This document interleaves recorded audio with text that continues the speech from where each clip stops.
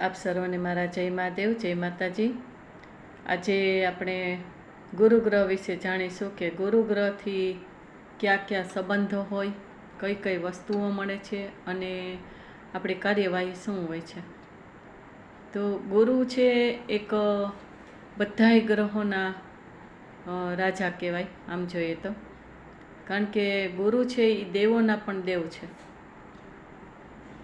અને બૃહસ્પતિ છે એ બધા ઉપર એનું વર્ચસ્વ હોય છે કે કોઈ પણ ગ્રહની કાંઈ પણ તકલીફ હોય, એટલે કોઈ પણ ગ્રહની તકલીફ એટલે શું કે જીવનની કોઈ પણ તકલીફો હોય તો એમાં ગુરુગ્રહ છે એ જો સારો હોય તો ઘણો બધો ફેર પડી જાય। કે ગમે તેવા ગ્રહની તકલીફ હોય ને તો એ કર્મ ઉદયમાં આવે, પાપ પુણ્યને આપણે ભોગવવા પડે, પણ એના કારણે ક્યારેય પણ આપણે ડિસિઝનમાં ફેરફાર ન આવે। અને ગુરુ ગ્રહ છે એના મિત્ર કોણ છે? સૂર્ય, ચંદ્ર અને મંગળ। સૂર્ય, ચંદ્ર અને મંગળ આ ત્રણેય ગ્રહ છે એ એના મિત્ર છે। અને મકર છે ને એ મકર નીચનો એ રાશિમાં કહેવાય, એટલે ગુરુની સાથે થોડું ઓછું બને। અને નક્ષત્રમાં તો જોઈએ તો પૂર્વ ભાદ્રપદ, પછી વિશાખા, પુનર્વસુ, પુષ્ય નક્ષત્ર, આ બધાય નક્ષત્ર છે ને એ ગુરુ માટે બહુ જ સારા છે। ગુરુ નબળો હોય ને તો આ નક્ષત્રમાં ખાસ કરીને પુષ્ય નક્ષત્ર છે કે આ ગ્રહ નબળો હોય તો એના કારણે આપણે સંબંધો ક્યાં ક્યાં નબળા રહે અથવા તો ક્યાં ક્યાં સંબંધોમાં તકલીફ આવે। જેમ કે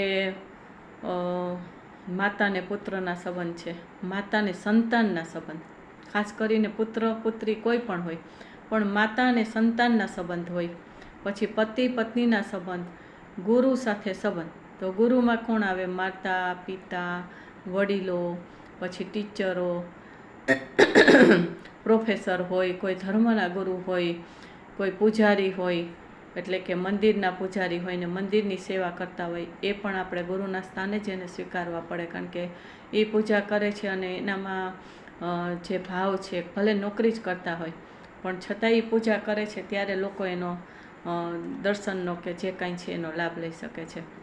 એટલે ગુરુગ્રહમાં આ બધાય આવી જાય છે કે માતા પિતા, વડીલો, એટલે નાનપણથી આપણે ગુરુ જ માનીએ છીએ। માતા પિતા છે એ આપણા પહેલાં ગુરુ છે, પછી ધર્મના ગુરુ હોય કે સ્કૂલના ગુરુ હોય, અથવા તો હું તો એટલું કહું કે ગુરુ તો આપણે એટલાને માનવા જોઈએ કે આ તો બધાય મુખ્ય આપણા ગુરુ છે જ, પણ જેને આપણને એક અક્ષરનું જ્ઞાન આપેલું હોય ને તો એ આપણા ગુરુ જ કહેવાય। ગુરુ એટલે કે ગુરુમાં ભેદ હોય છે કે અમુક પ્રકારના ગુરુ હોય તો જ્ઞાન આપે છે, અમુક પ્રકારના ગુરુ હોય તો શિક્ષણ આપે છે, અમુક પ્રકારના ગુરુ છે કે માતા પિતા એ આપણને જન્મ આપીને સંસ્કાર આપે છે અને એ સંસ્કાર આખી જિંદગી આપણને કામ લાગે છે। અને આપણા ઋષિમુનિઓ હોય, જેમ કે આપણે ગોત્ર કહીએ કે કોઈ પૂછે વિધિ કરાવતા ત્યારે એમ કે તમારા ગોત્ર કોણ છે, તો આપને ગોત્રની ખબર ન હોય કે આપણા કુટુંબના ગોત્ર કોણ। ગોત્ર એટલે શું છે કે ગોત્રના કુળદેવી હોય, તો એ ગોત્ર એટલે કે આપણે જે ઋષિમુનિઓ હોય એ પણ આપણા ગુરુ બની શકે, કારણ કે આપણા કુટુંબના એ રક્ષક હોય છે। જેમ કુળદેવી છે એ આપણા કુટુંબના રક્ષક હોય છે, પછી સુરધનદેવ, સુરાપુરા દેવ છે તો એ પણ જેમ આપણા વડીલો ચિંતા કરતા હોય એમ જ સુરધનદેવ, સુરાપુરા દેવ પોતાના કુટુંબમાં કેમ રક્ષણ થાય અને કેમ પોતાનું કુટુંબ છે એ સારી રીતે રહે, સમથી રહે, એવું બધું એને ગમતું હોય। તો ગુરુ છે ને એ બૃહસ્પતિ ગ્રહ, એટલે એ બૃહસ્પતિ ગ્રહ છે એ એવો આપણો મજબૂત હોવો જોઈએ કે જેના કારણે આપણે કોઈ પણ ડિસિઝનના કામ હોય તો એ ડિસિઝન આપણું સચોટ રીતે આપણે લઈ શકીએ। નહીં તો શું થાય કે ગુરુ નબળો હોય ને તો ગમે એટલો પૈસો હોય, ગમે એટલી વ્યક્તિઓ સાથે સંબંધો હોય, ગમે તેવી પોસ્ટ હોય, ગમે તેવી નોકરી હોય, ગમે તેવા ઇન્ટરવ્યૂ હોય કે લખવાનું કામ હોય અથવા તો પરીક્ષા દેવાની હોય તો આપણું ડિસિઝન બરાબર ન હોય। ઘણા છોકરાને કેવું થતું હોય કે ભણવામાં હોશિયાર હોય, એને બોલાવો તો કડકડાટ બોલતા હોય, ઘરે બરાબર લખતા હોય, પણ જ્યાં પેપર દેવા જાય પરીક્ષામાં, તો બોર્ડની એક્ઝામમાં કે બીજી કોઈ પણ ધોરણની પરીક્ષા હોય કે કાંઈ પણ હોય, કોઈ પણ જાતની પરીક્ષા હોય ત્યારે એનું ડિસિઝન બદલાઈ જાય, એટલે એને કાંઈ પ્રશ્ન સમજાતો ન હોય, કાંઈ ભૂલી જાય, કાંઈ એમ થાય કે આ લખું કે આ લખું, એનું નિર્ણય શક્તિ છે ને એ એમાં કમજોરી આવી જાય। જેના કારણે આ ગુરુની એક નિશાની છે કે જો બુધ એમાં મહાન કામ કરે છે પણ ગુરુ છે ને એમાં ડિસિઝન પાવર મેઇન છે. પછી પેટની કોઈ પણ જાતની તકલીફો થતી હોય તો ગુરુનું કારણ બને છે કે ગુરુ જો નબળો હોય ને તો પેટની સમસ્યા થાય. ડાયાબિટીસ છે, પેનક્રિયાસ છે, પછી પિચ્યુટરી ગ્લેન્ડ, આપણી પિચ્યુટરી ગ્લેન્ડ છે એ આપણી ગ્રંથિ છે એ શરીરનું સંચાલન કરે છે. ઘણાઈને જોજો કે શરીરનો વિકાસ નથી થતો, તો એ શું કામ નથી થતો કે પિચ્યુટરી ગ્લેન્ડ છે એ મગજની સાથે જોડાયેલી છે અને એના દ્વારા જે રસ ઉત્પન્ન થઈ અને આખા શરીરમાં પ્રસરતો હોય એ પ્રસરવાનું બંધ થઈ જાય. એ લિક્વિડ જેવો જે રસ હોય એ રસ ત્યાં પહોંચે નહીં ક્યાંય, એટલે આપણા શરીરનો વિકાસ થવાનો બંધ થઈ જાય. કાં હાઇટ ઓછી થાય, ઘણા ઠીંગણા હોય, ઓછી હાઇટના હોય, આવું બને છે ને. તો એનું કારણ શું છે કે ગુરુ ગ્રહની કાંઈક ખામી હોય, કાંઈક દોષ હોય ને તો જ હાઇટ ઓછી મળે. અને ગુરુગ્રહને કારણે પેટની કોઈ પણ સમસ્યા હોય, પેટના કોઈ પણ દર્દ હોય, પછી ભગંદર હોય, હરસ હોય, આંતરડાને લગતું એ કામ છે તો આંતરડાના રોગ હોય, કેન્સર હોય, ભલે એમાં પછી મંગળનો પ્રભાવ પડે છે, પણ ગેસની ટ્રબલ રહેવી, કબજિયાત રહેવી, પછી શરીર વધતું જ જાય, ચરબી ખૂબ વધી જાય અને જમવાની, ખાવા પીવાની ખૂબ જ ઈચ્છા થાય, ખૂબ ભૂખ લાગે, એટલે ખોરાક વધતો જાય ને શરીર મોટું થતું જાય. ગમે એટલું ધ્યાન રાખે તો ચરબી વધતી જ જાય. ખાવા પીવાનું ધ્યાન રાખે, પછી પરેજી પાડે, ડાયટિંગ કરે તોય પાછું શરીર વધી જાય. ભલે વારસાગત હોય પણ એ વારસાગત ગુરુ એનો નબળો હોય ને તો જ આવું બને. પછી ગુરુ નબળો હોય તો માતાને સંતાન વચ્ચેની જે તકલીફ, એટલે કેવી કે સંતાન ન થાય એ તો ખરા બરાબર, સંતાન થાય તો ગમે તેવા કોઈ પણ અવયવની તકલીફ હોય અને ખોડખાપણવાળા થાય તો એ સંતાનનું દુઃખ માતાને જોવું પડે. એટલે સંતાનનું દુઃખ છે ને એ માતા સાથે ખાસ જોડાયેલું છે. મા બાપ બેય સાથે જોડાય પણ માતા સાથે ખાસ, કે ગુરુ ગ્રહ જો બરાબર હોય ને તો સંતાન સારું થાય, સંતાન થવામાં તકલીફ ન થાય. ઘણાઈને મોટી ઉંમરે થાય કે ઝાઝા વર્ષે લગ્ન પછી થાય, કાં સંતાન ન હોય, તેમાં ગુરુ ગ્રહ બરાબર ન હોય ને તો જ આ વસ્તુ બને. અને બીજી તો એવી તકલીફ પણ થાય કે જો ગુરુ ગ્રહ નબળો હોય ને તો માતા પિતાને જોજો કે દીકરીને પરણાવે તો એનું દુઃખ જોવું પડે, દીકરીનું એક્સિડન્ટ થઈ જાય, સંતાનો કોઈ પણ દીકરી કે દીકરા હોય તો એ સંતાનોને કાંઈક ને કાંઈક એવી તકલીફ થાય ને કે મા બાપને જોવી પડે. પોતે ઉંમરવાળા બેઠા હોય ને હજી નાના છોકરાઓ એના વયા જાય એક્સિડન્ટમાં કે કોઈ બીમારીના કારણે કે કાંઈ પણ એની પીડા હોય ને, કર્મની કોઈ પણ જાતની પીડા, મૃત્યુ હોય કે કોઈ દુઃખ હોય કે પત્ની બરાબર એટલે કે પુત્ર વધુ બરાબર ન આવે, કાં જમાઈ સારા ન મળ્યા હોય, દીકરીને સાસરી સારું ન મળ્યું એટલે દીકરીને દુઃખ હોય, રોતી ઘરે આવે, અને દીકરાને પરણાવે તો ક્યાંય શાંતિ ન મળે, પુત્ર વધુ એવી હોય કે સાથે રહેવા તૈયાર ન થાય અને કાં ઝઘડા ટંટા થયા જ કરે અને ઝઘડાને કારણે જે સાથે રહેવાનું એ તો ન બને પણ પતિ પત્નીના સંબંધમાં એટલે કે દીકરાઓના જે સંબંધો છે એમાંય માથાકૂટ થાય, કાં સગાઈ તૂટી જાય, કાં લગ્ન જીવનમાં ડાયવોર્સ લેવાઈ જાય, કાં લગ્ન પછી રોજના ઝઘડા ને અશાંતિને એકબીજાના વિચાર જ મેળ ન ખાતા હોય. તો આવું દાંપત્ય જીવનમાં પણ એ તકલીફ પુત્રવધુની છે, પણ જોવાનું કોને? મા બાપને.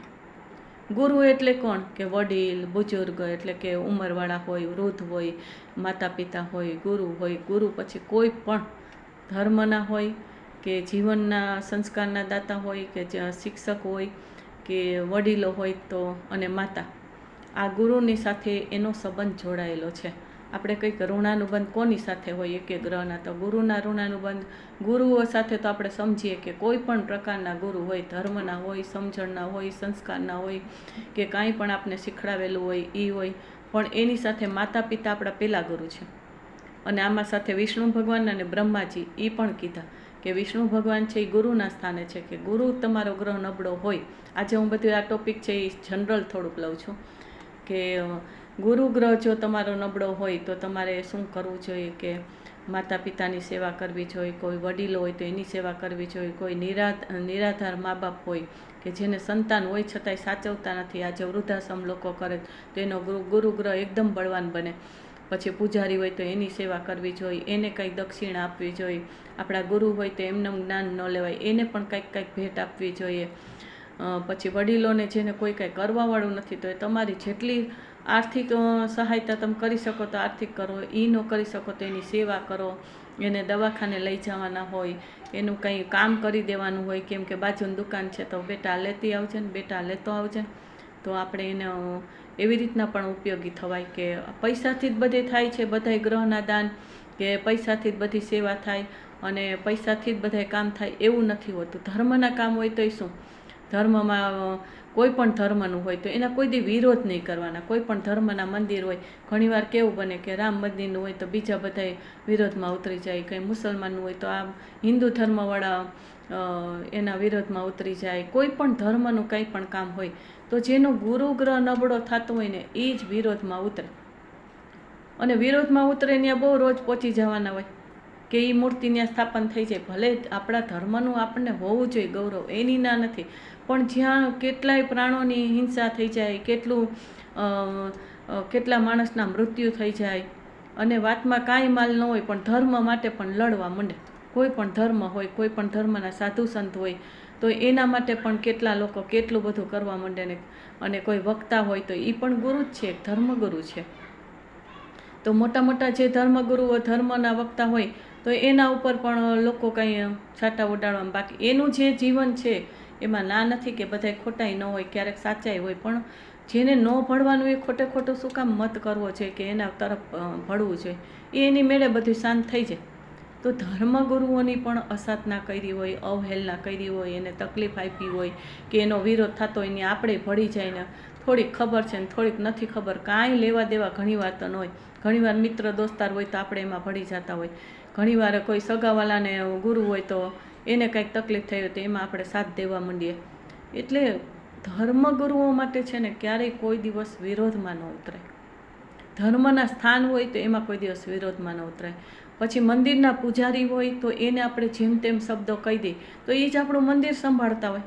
ભલે એને કેવું જોઈએ, એની અમુક સાધારણ સ્થિતિ હોય, અથવા તો એની રહેણી કહેણી જુદી હોય, અથવા તો કુટુંબના વ્યક્તિઓ થોડા કામ કે આમ કરજો આમ કરજો, સૌના રીત રિવાજ વડીલોથી આવતા હોય તો એ રીતના કુટુંબના આંબામાં તો કેટલી બધી પેઢીઓ હોય અલગ અલગ બધી.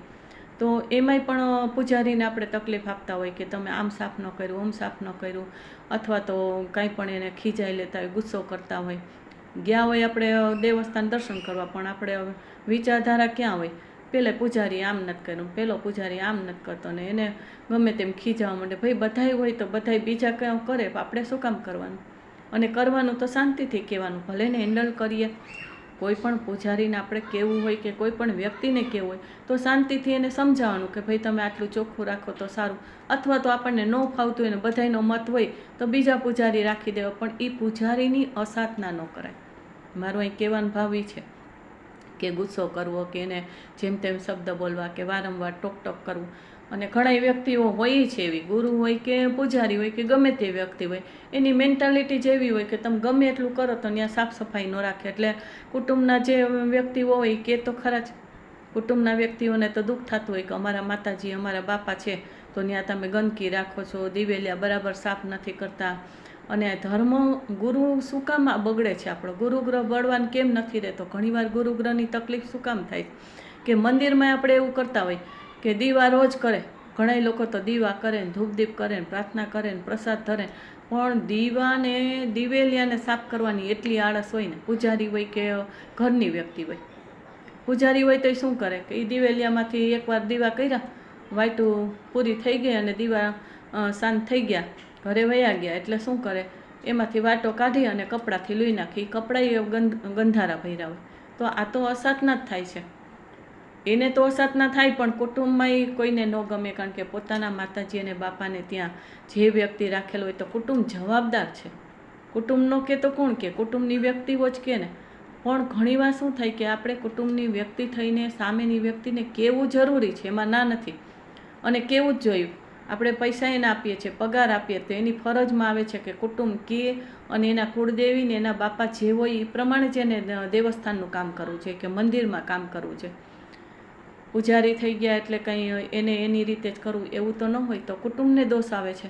ઘણીવાર પૂજારી શું કરે, પોતાના માતાજીનું ત્યાં સ્થાપન કરી દે, પોતાનું બાપાનું ત્યાં સ્થાપન કરી દે, પોતાના નિવેદ હોય એ કુટુંબના નિવેદી પ્રમાણે કરીને, ઘણા કુટુંબને ખબર ન હોય તો નિવેદની વસ્તુ કઈ હોય તો પોતાની નિવેદની વસ્તુ એમાં ભેળવી દે.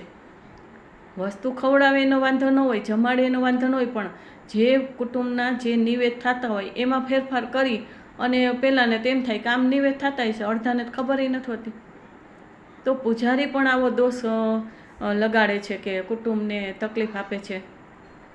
અને મેન્ટાલિટી એટલી બધી ઓલી હોય છે કે એને ગમે એટલું દો તો ઘણીવાર એવું બની જાય કે એને લાલચ એટલી બધી હોય, સેવાના ભાવ ન હોય. પગાર આપીએ તો બધાને જોતું જ હોય, બધાને બોનસ જોતા હોય. કોઈ પણ નોકરી ઊંચી હોય કે પદવી નીચી હોય, પણ બધાને બોનસ જોતા હોય, બધાને બેનિફિટ જોતા હોય, ના નથી. પણ પછી લાલચને અપેક્ષા થઈ જાય ને એ ખોટું થાય છે. એટલે પૂજારીને આવું હોય કે ત્યાં પછી કોઈ જોતું નથી. હવે તો જો કે આ કેમેરાને બધું રાખી જ દે છે એટલે વાંધો નથી આવતો, પણ ઘણી જગ્યાએ નથી હોતું. તો કોઈક દિવસ પૂજા કરે, કોઈક દિવસ દીવા કરે, ન કરે, અને એટલી ગંદકી હોય ને એટલું ધૂળ હોય. મંદિરનો ઉપરનો ભાગ હોય તો એમાં એ બધે કેટલી બધી ધૂળ હોય, અને દિવેલિયા ને એ વાયટુના ડબ્બા ને ઘીના ડબ્બા ને કેટલું બધું ખરાબ હોય. આ શું કામ વધારે પડતું હું બધી વાત કરું છું કે આ કુટુંબમાં કુળદેવીના દોષ, પછી ગુરુના કોઈ ફોટા હોય અને એની મૂર્તિ હોય તો એ પણ દોષ લાગે. કુટુંબની જવાબદારી આવી જાય. એટલે કુટુંબ તો કે જ, પણ કહેવામાં શું છે કે ગુસ્સો કરીને નહીં કહેવાનું બને ત્યાં સુધી, નહીં તો વેરઝેર થાય અને આપણો ગુરુ છે એ બળવાન ન બને. ને ગુરુના ગ્રહ જો નબળો પડે તો એને લગતું આપણે કેટલી બધી તકલીફો આવે. એટલે કોઈ પણ ધર્મસ્થાનને સંભાળવું, કોઈ ગુરુને સંભાળવા, કોઈ ગુરુની સેવા કરવી, કોઈ ગુરુ ભણાવતા હોય તેની મજાક મસ્તી કરવી, પછી જ્ઞાનને લગતું ગુરુગ્રહ છે એ શું છે, જ્ઞાનનો કારક છે. તો આપણા જ્ઞાનને છે ને એ બગાડી નાખે છે. બુદ્ધ ગ્રહ તો છે જ જ્ઞાન માટે, વિચાર માટે, મન માટે ચંદ્ર છે, પણ ગુરુ છે એ જ્ઞાનનો કારક છે. કે કોઈ પણ ડિસિઝન હોય તો તમે મેન્ટલી જો પ્રોબ્લેમ હોય ને તો ડિસિઝન લઈ ન શકાય. તો ઘણી વખત આવું બને છે કે જ્યાં પણ દેવસ્થાન હોય, મંદિરના ઉપાશ્રય એટલે કે જૈન સ્થાનકો કે બીજા ધર્મના સ્થાનકો કે ત્યાંના કોઈ પણ રૂમ આ તે જે જગ્યાઓ હોય ત્યાં ગંદકી એટલી બધી હોય, એટલા કચરા અને બધું હોય, અને દર્શન કરવા જાય એને એમ થાય કે અહીંયા કેમ દર્શન કરવા, અને ભાવ બદલાઈ જાય. જ્યારે નીકળ્યા હોય ને ઘરેથી ત્યારે કેટલી સ્ટ્રગલ કરી અને દેવસ્થાન જવા માટે તૈયાર થયા હોય, પણ જ્યાં ત્યાં પહોંચે ને ત્યાં આજુબાજુમાં એટલી ગંદકી હોય, દેવસ્થાનમાં એટલી ગંદકી હોય, ન સાફ સફાઈ હોય, ન વાસણ કંઈ સાફ કરેલા હોય. એક શ્રીફળ વધેરવું હોય ને તો એ થાળીને વાટકા ને ગ્લાસ ને જે કાંઈ તપેલી કે કાંઈ પણ હોય ને એટલા ખરાબ ભર્યા હોય. એટલે શું થાય કે ત્યાં જઈને ભાવ બદલાઈ જાય.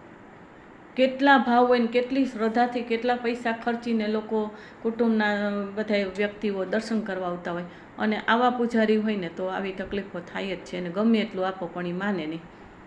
અને જુદી જુદી વ્યક્તિઓ આવીને ઓલા આમ ચડાવશે, ઓલા આમ ચડાવશે, એટલે પેલો માણસ એ હોય એને મજા આવી જાય કે એને કરવું એમ કર્યા કરે. ને ઓલાએ આમ કીધું ને ઓલાએ આટલા પૈસા દીધા, ને પેલા ભાઈ આટલા પૈસા દીધા, આ બંધુએ આટલા પૈસા દીધા, એટલે એને બધે એમાંથી મજા આવી જાય. એ મજા આવી જાય એનો વાંધો નથી, પૈસા દો એનો વાંધો નથી, બક્ષિસ આપો તમ તાર ખુશ કરો, બીજાને દો તો આપણા પૂજારીને દઈએ એનો કોઈ વાંધો નથી.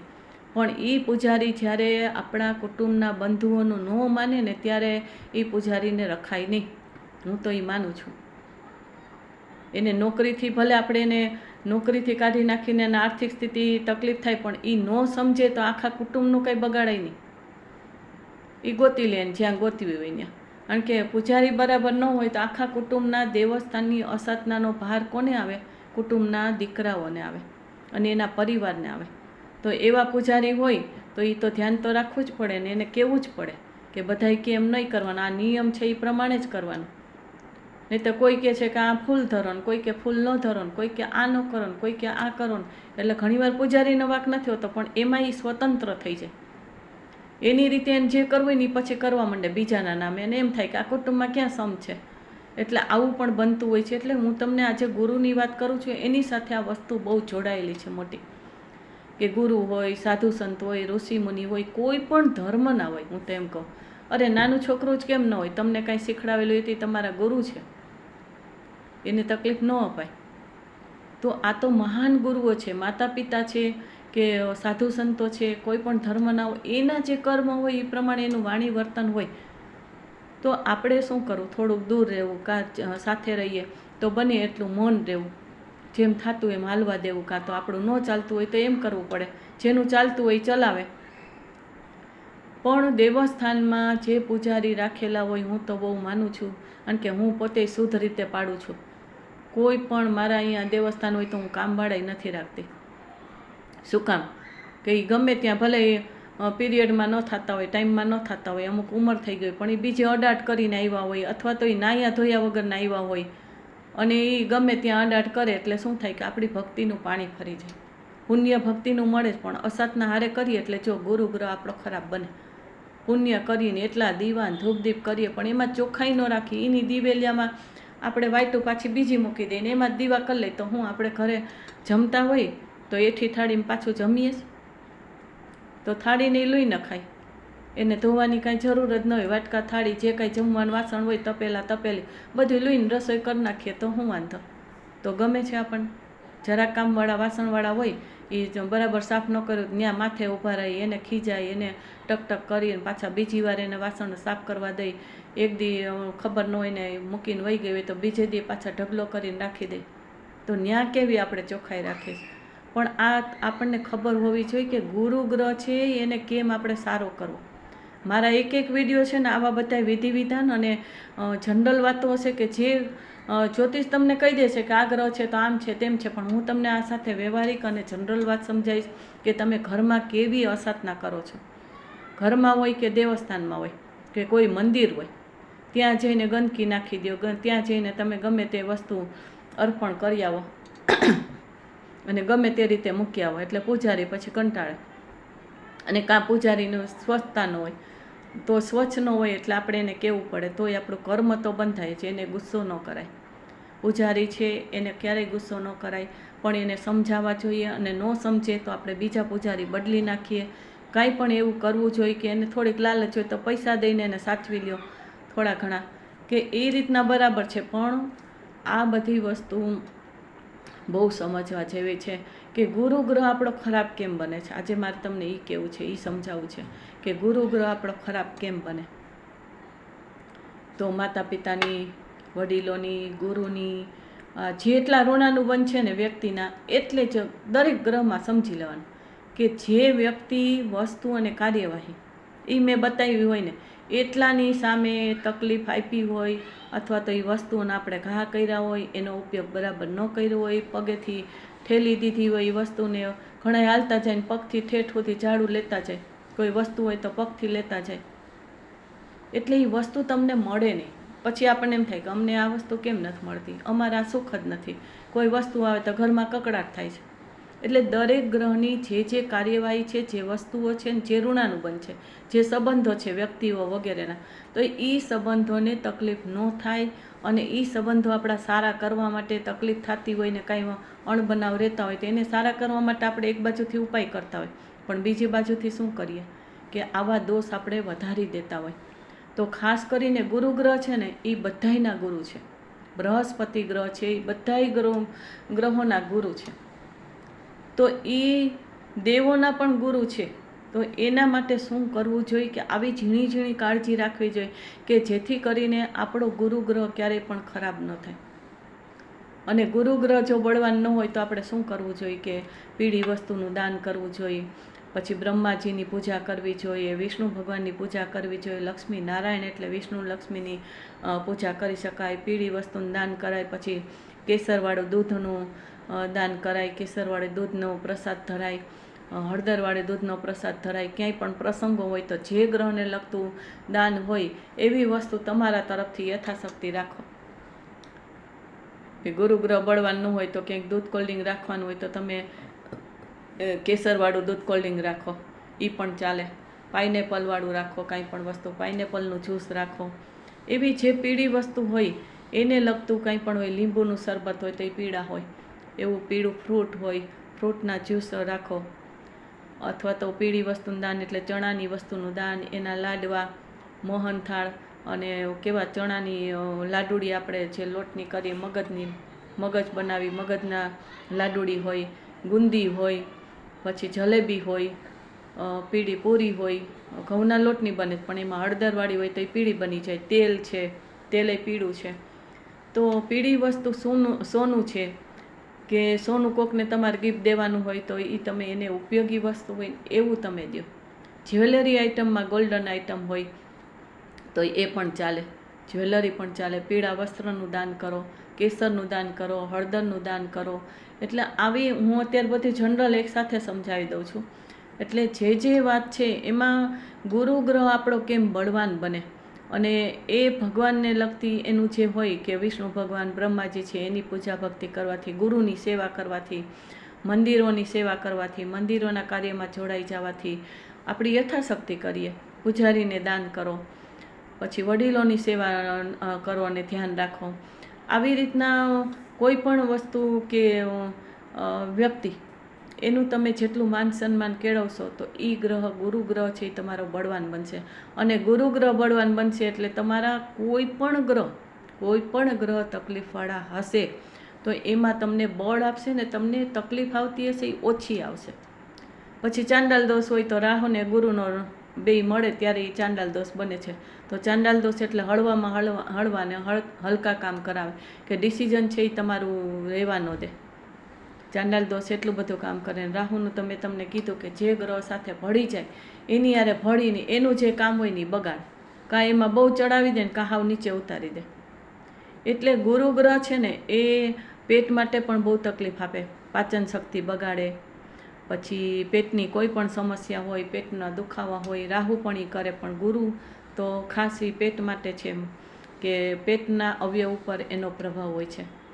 કે પેટના કોઈ પણ અવયવ હોય તો અંદરમાં આપણે પેટમાં કેટલા બધા અવયવ છે કે પાચન શક્તિની તકલીફ થાય, હોજરીને લગતું છે કનેક્ટેડ, આંતરડા છે, પેનક્રિયાસ છે, લીવર છે, એમાં કેટલી બધી વસ્તુઓ, કેટલા બધા અવયવ છે. તો એ અવયવને લગતી કાંઈ પણ થાય, કેન્સર થાય, સોજો આવી જાય પેટમાં ક્યાંય પણ લીવર ઉપર, કે એને લગતા કેન્સરો થાય છે. તો આ જે વસ્તુ છે એ ગુરુવાર કરવાથી પણ ઘણો ફેર પડે છે. ગુરુવાર રહેવાથી ગુરુ બળવાન થાય તો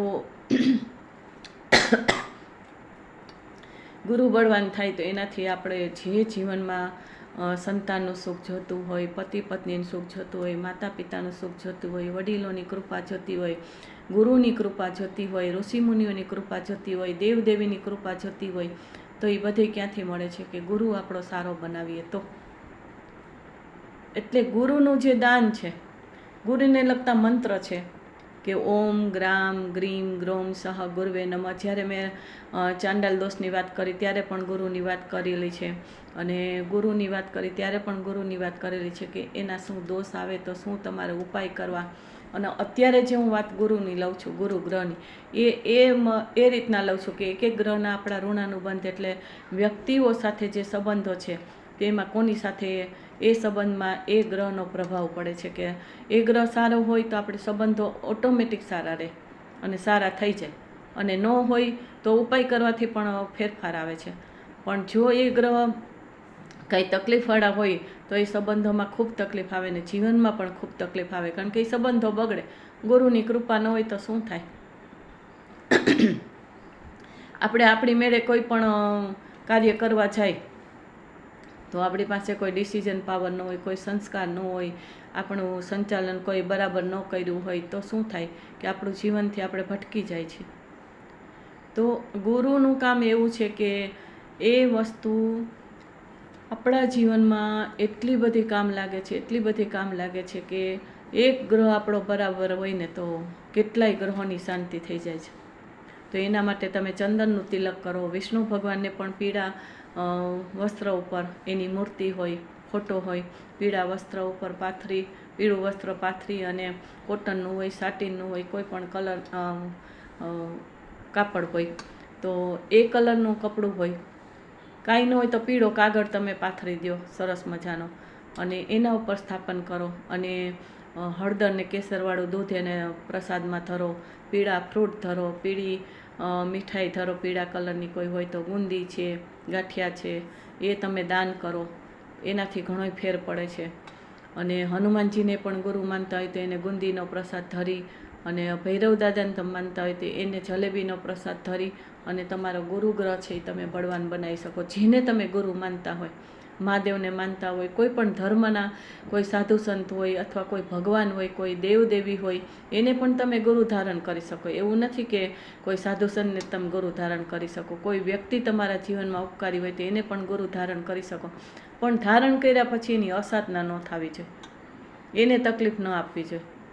દેવદેવી હોય તો એનું જેમ તેમ તમે મેં કીધું કે આ દિવેલિયાનું એવી રીતના ગમે તે વસ્તુ તમારી વાસણો આ તે બધું ખરાબ હોય અને તમે ઘી બગડેલું હોય એના દીવા કરો અને ગમે તેવું ઘી લઈ આવો અને ગમે તેવી રીતે તમે દિવેલિયામાં સાફ કર્યા વગર ત્યાં તમે દીવા કરો અથવા તો તમે દેવસ્થાનને ખરાબ રાખો તો પૈસા તો એકવાર પૂજારીને મળી જાય, પણ એ કર્મ છે ને એ ભોગવવું બહુ અઘરું હોય છે. કારણ કે એને પોતાના સંતાનના દુઃખ જોવા પડે, બીજા નહીં જોવા પડે. એવું નથી કે પૂજારી હોય કે કોઈ ગુરુ હોય કે એવું થાય, પણ ગુરુ શિષ્યના સંબંધે એનાથી નથી મીઠા રહેતા, એનાથી બગડી જાય. શિષ્ય હોય તો એનાથી ઇરિટેટ જ થતો હોય અને કાં ગુરુ સાથે લેણું ન હોય કાં શિષ્ય સાથે લેણું ન હોય, એટલે તકલીફ જ રહે. તો આવી રીતના જેનો ગુરુ બરાબર ન હોય એના માટે આ શું તકલીફો થાય છે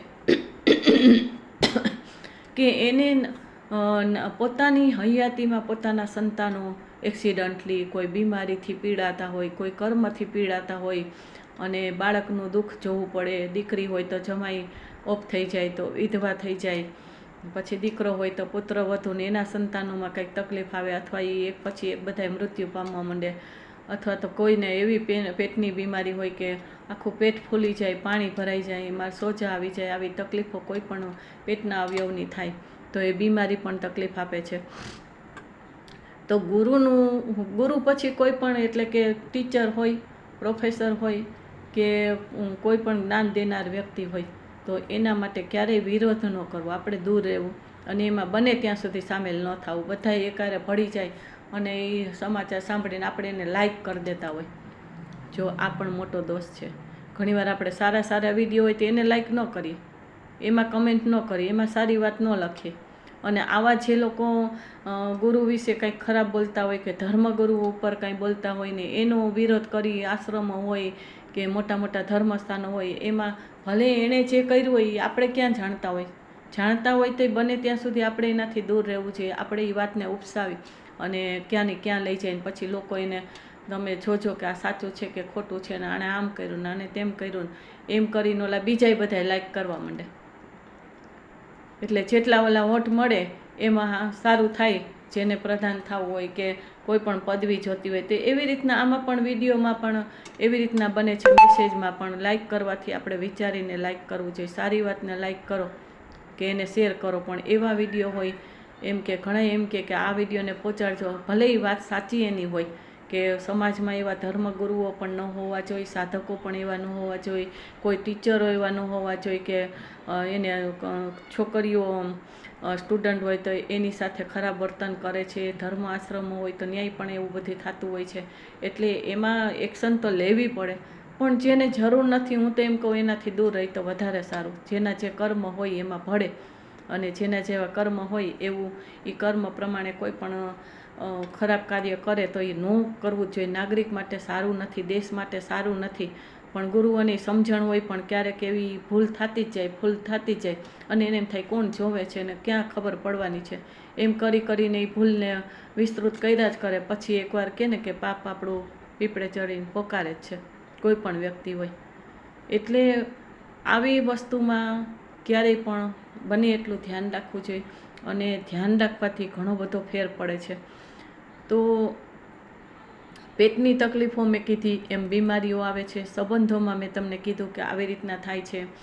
અને બીજું કે એનાથી ક્યાં આપણે બિઝનેસ કરી શકીએ, ડિગ્રીઓ લઈ શકીએ. તો એનાથી ડિગ્રીમાં લેવામાં જ્ઞાનને લગતી કોઈ પણ વસ્તુ હોય, બુદ્ધિને લગતી કોઈ પણ વસ્તુ હોય, ડિસિઝનને લગતી કોઈ પણ વસ્તુ હોય, પછી જેમ કે ધાર્મિક પુસ્તકો લખવા, ધાર્મિક પુસ્તકોનું પ્રકાશન કરવું, ધાર્મિક પુસ્તકો બીજાને દાન કરો અને ધાર્મિક પુસ્તકો વેચવાનું કામ ઘણાય કરતા હોય, છાપતા હોય, લખતા હોય. એટલે લેખક બનતા હોય તો ધર્મને લગતું કોઈ પણ કામ હોય, જ્ઞાનને લગતું કામ હોય, વિદ્યાને લગતું કામ હોય તો ગુરુ જેનો બળવાન હોય ને એ જ્યોતિષ બની શકે, જ્યોતિષને લગતું એને જ્ઞાન મળે, રાજનીતિમાં પણ એ સારામાં સારું કામ કરે. અત્યારે મોદીજી છે તો આપણે બધા એને ચાહીએ, શું કામ કે એ સાધક આત્માય છે અને એને દેશ માટે કંઈક ભાવના છે.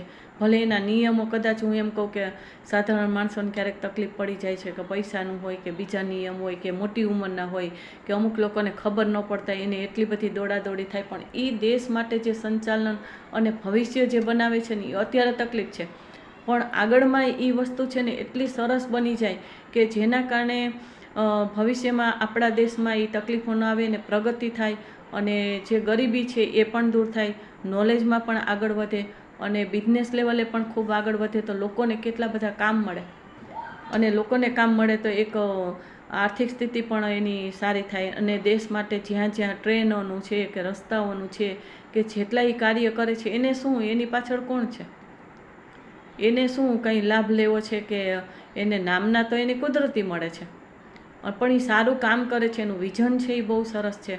અને બીજું કે ઘણા વડાપ્રધાન આવી ગયા તો અમુક દેશોમાં કાંઈ એનું માન સન્માન નથી હોતું, પણ આનું જ્યાં જાય ત્યાં એનું માન સન્માન હોય છે અને બધા સાથે સુમેળ કરી લે છે. પહેલેથી જાય પહેલાં એની બધી તૈયારીઓ હોય છે અને બધા માટે, બાળકથી માંડીને મોટા માટે એ વિચારે છે કે બસ એ બધાને કેમ શાંતિ મળે, કેમ સારું થાય.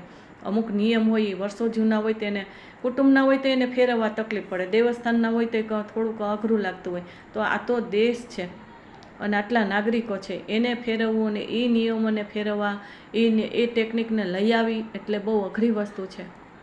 અત્યારે અઘરું પડતું હોય પણ અમુક ભવિષ્યમાં એ સારું પણ પડશે કે જેથી કરીને બધાને સહારો મળી જાય છે, બધાને સગવડ મળી જાય છે અને ઘણી બધી શાંતિ મળે છે. કેટલા તો આવાસ બનાવે છે, મોદી આવાસને, જે લોકોને ઘર નથી રહેવાના. તો એ બધું જોવો કે જે સારું કર્યું છે ને એને જોવો, ખરાબમાં કોઈ દી સામેલ ન થઈ જાઓ. અને સામેલ થાવ ખરાબમાં તો આપણે એક વિચાર કરવાનો કે આ વસ્તુ ખરાબ થાય છે તો આપણે એને શાંતિથી કહો, શાંતિથી ન થાય તો આપણે એમાં પછી બહુ ભળીને તકલીફો આપીએ તો આપણું કર્મ બંધાય. એને આપણે પહેલાં જોવું પડે. આપણે બહુ જરૂરી હોય તો કરવું પડે. એ કુટુંબનું કામ હોય કે પરિવારનું કામ હોય કે દેશનું કામ હોય કે કોઈ પણ કામ હોય તો એ આપણે કરવું પડે છે, એમાં નાઈ નથી. પણ છતાંય એક વસ્તુ એવી બને છે કે એમાં જેટલું આપણું કર્મ ઓછું બંધાય. એમાં ગુરુઓ હોય, શિક્ષાના દાતા હોય કે શિક્ષક હોય, શિક્ષણ આપનારા હોય, એનું આપણે ધ્યાન રાખવું જોઈએ. એટલે શિક્ષણ ક્ષેત્રમાં પછી બેંકને લગતું હોય કે સ્ટેશનરીની દુકાન હોય કે જ્ઞાનને લગતી કોઈ વસ્તુની દુકાન હોય, નોલેજને લગતી કોઈ પણ કાર્યવાહી હોય, તો એ બધામાં ગુરુ આપણો બરાબર જોઈએ. ડિસિઝન પાવર કોણ આપે છે કે ગુરુ. અને ડિસિઝન આપણે લઈ ન શકીએ તો બધાય આપણી કાર્યવાહી ઠપ થઈ જાય. ઘણીવાર ગમે એટલું ભણેલા હોય પણ નોકરી માટે ડિસિઝન લઈ ન શકતા હોય, બિઝનેસ માટે ડિસિઝન લઈ ન શકતા હોય અને ઘણી બધી એવી કાર્યવાહી નાની નાની બાબતમાં આપણે જે અંદરથી આપણે એક કોન્ફિડન્સ પાવર હોય ને એ આપણો ઓછો પડતો હોય અને એ કામ આપણે વિચાર્યું હોય ઘણું પણ એ પ્રેક્ટિકલમાં આપણે ન કરી શકીએ અને પ્રેક્ટિકલમાં ન કરી શકીએ તો એનો કોઈ મતલબ નથી. તો આવું જ્યારે પણ કાંઈ બનતું હોય ત્યારે શું કરવું જોઈએ કે આપણને ભણવામાં પણ એ ડિગ્રી લેવામાં તકલીફ થતી હોય કે આપણે ઘણા લોકોને ગુરુને લગતી કઈ ભણવાની કઈ વસ્તુ હોય કે જ્યોતિષને લગતા કામ હોય, પછી BA એટલે નોલેજ, લેંગ્વેજને લગતી કોઈ અભ્યાસ હોય, BA છે કે MA છે કે શિક્ષણ ક્ષેત્રમાં આપણે આગળ વધવું હોય અને BA MA કરેલું હોય તો એ પ્રોફેસર બની શકે અને ટીચર બની શકે એવી ડિગ્રીઓ હોય તો.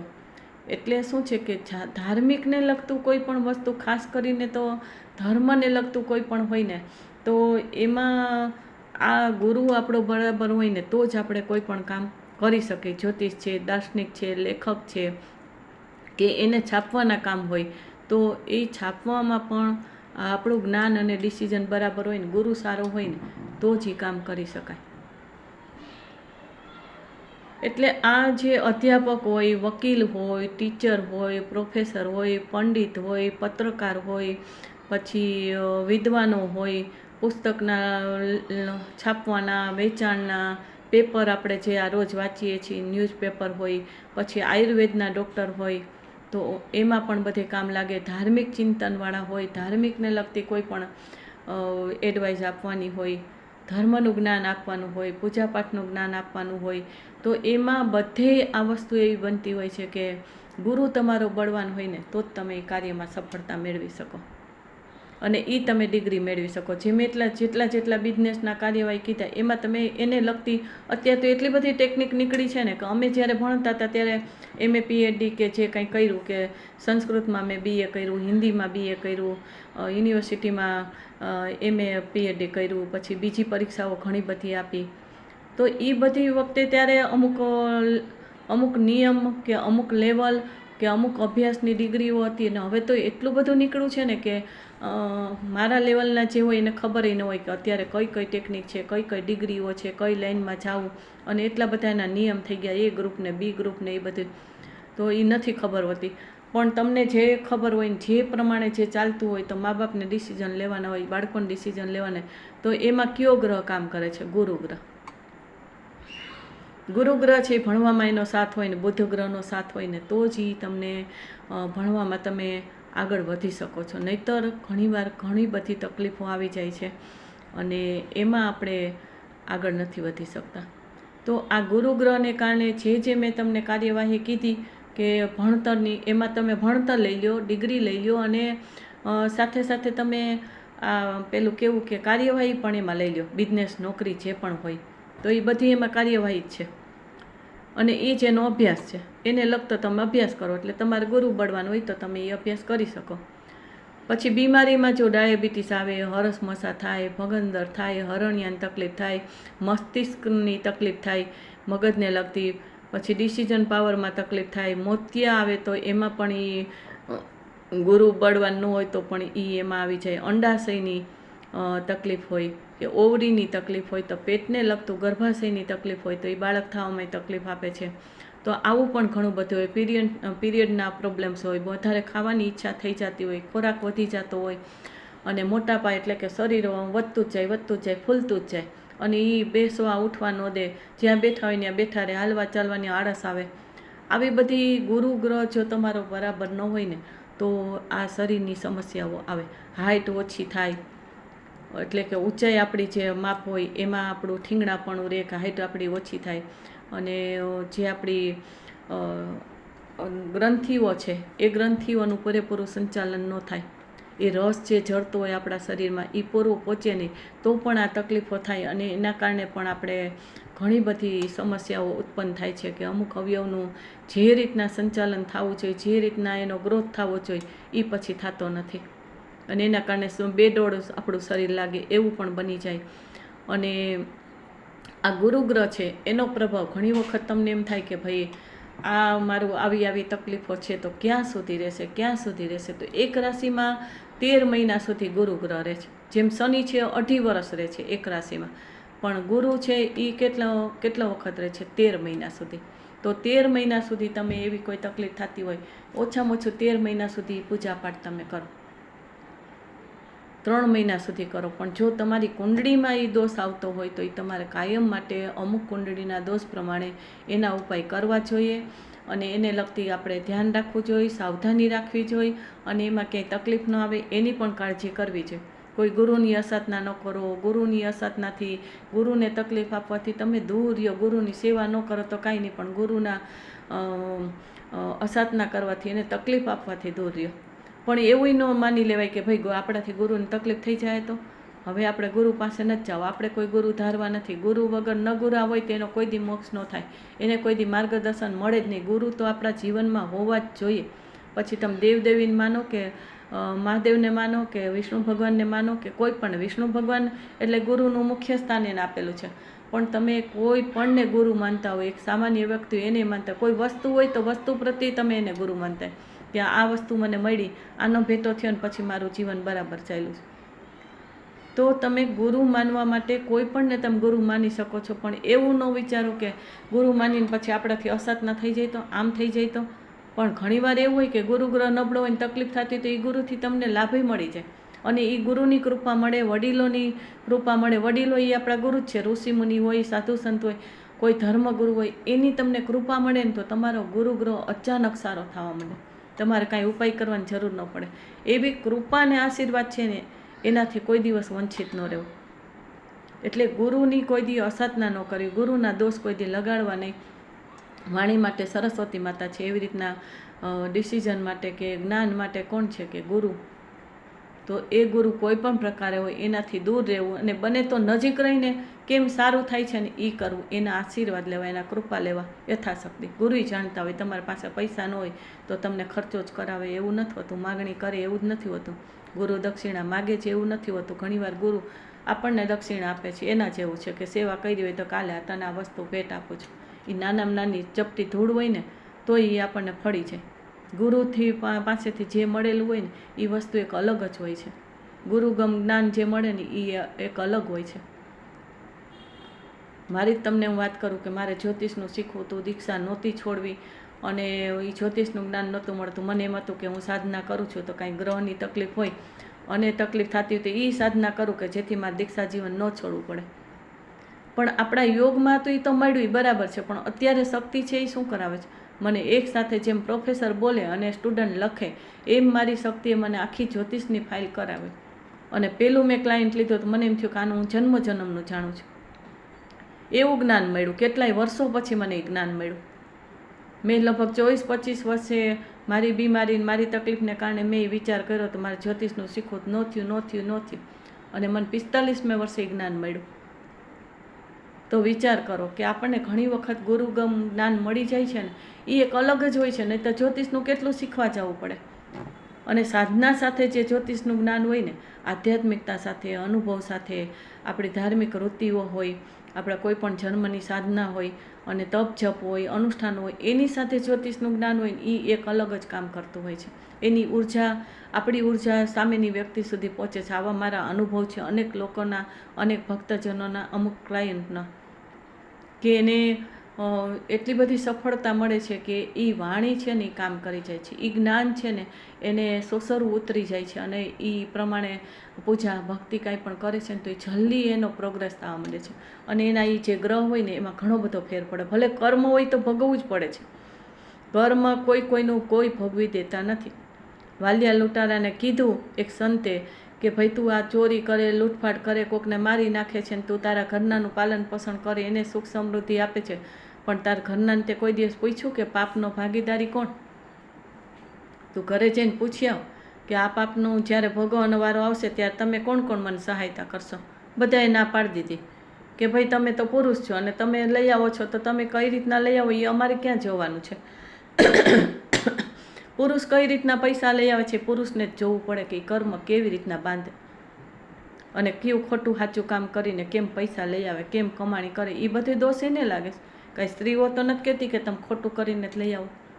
ભલે એને મોજશોખ માટે એને પૈસા જોતા હોય અને એમ કમાણી ઓછી હોય તો એ કકડાટે કરતી હોય, પણ પુરુષે ધ્યાન રાખવું પડે કે એના માટે થઈને પોતાએ કર્મ ન બંધાય.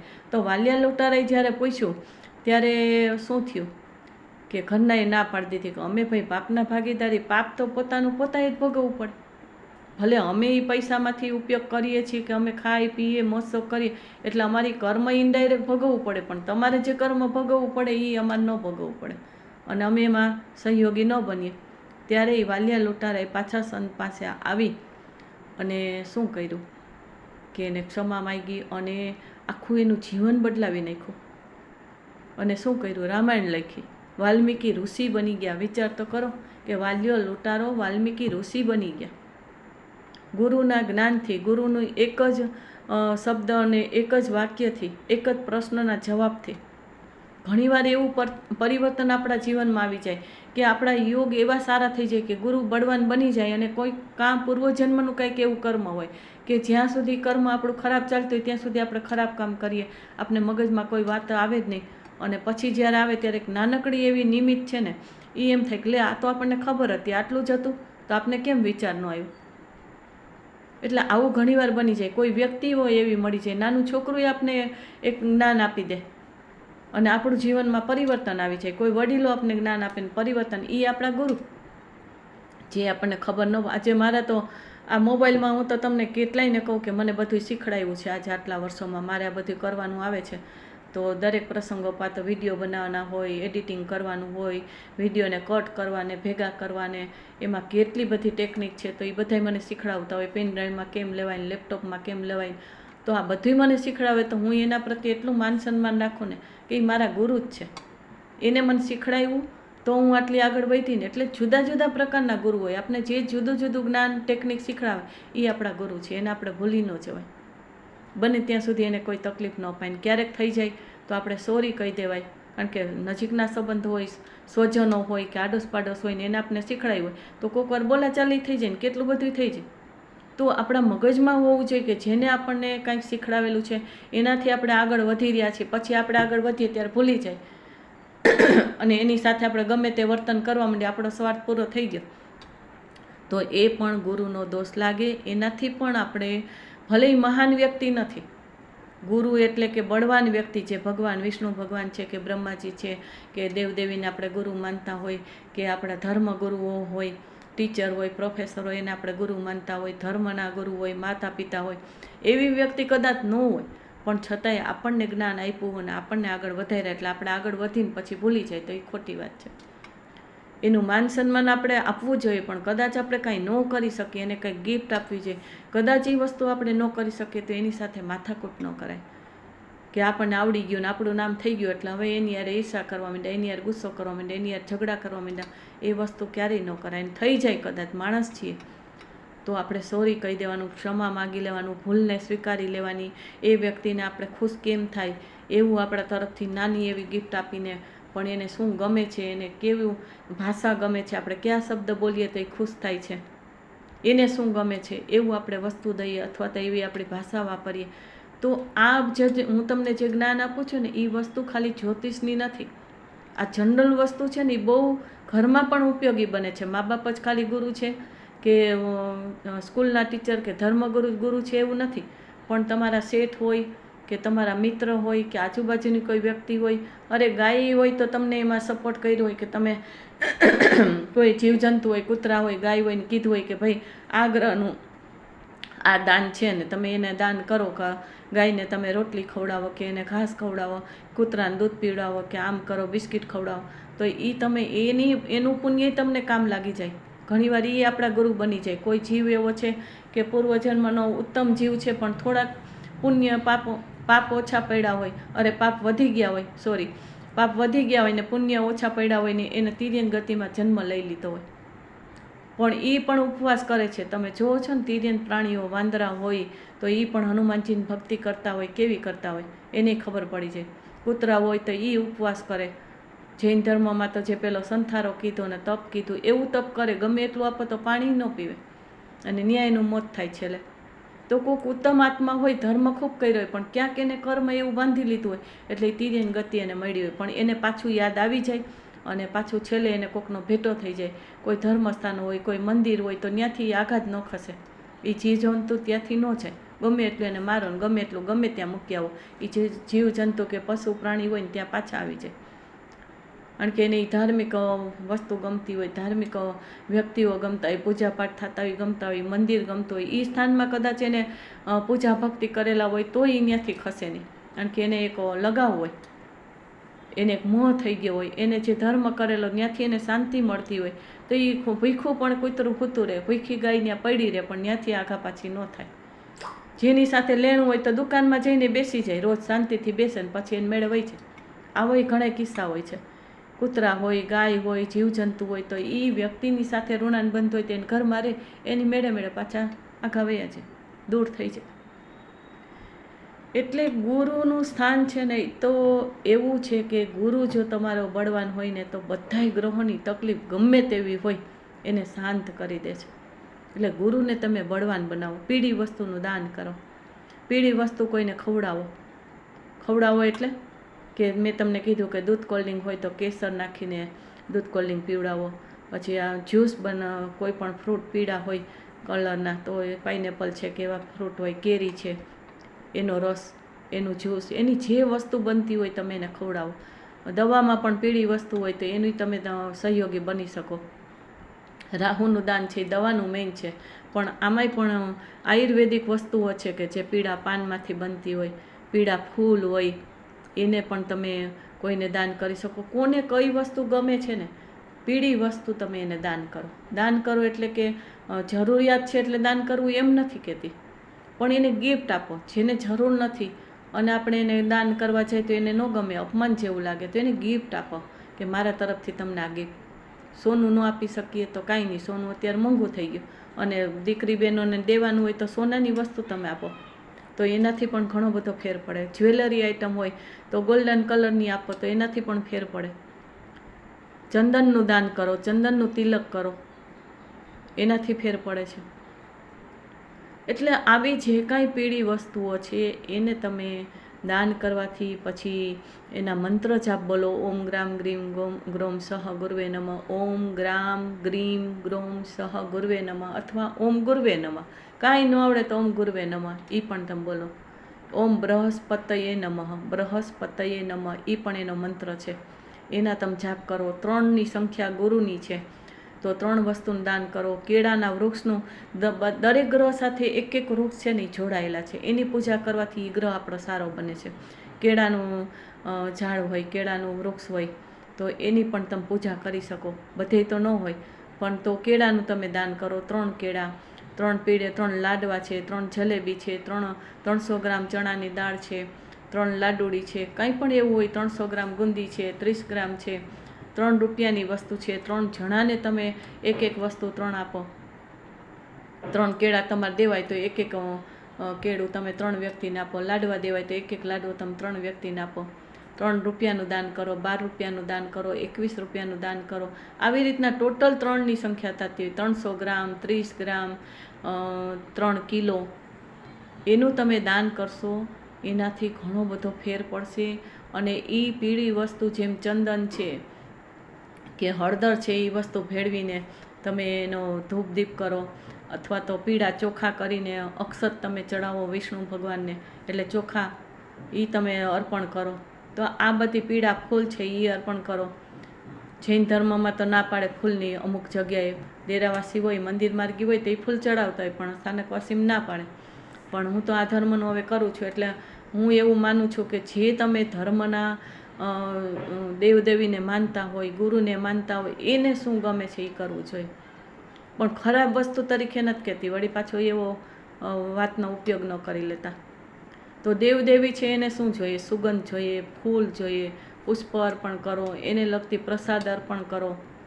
ફૂલમાં એ કહે છે કે એક પાંદડીમાં, શાસ્ત્રોમાં કીધું છે કે એક પાંદડીમાં જીવ છે, પણ એનાથી આપણે જે ભક્તિ કરીએ છીએ એનું દાન કરવાથી ઘણો બધો ફેર પડે છે. અને આપણા ગ્રહોને સારા કરવા માટે આપણે કેટલાય જીવની હિંસા કરતા હોય, તો એવી રીતના ફૂલને પણ આપણે દાન કરીને અર્પણ કરીએ તો એ ભગવાન, એ દેવદેવી ખુશ થાય છે.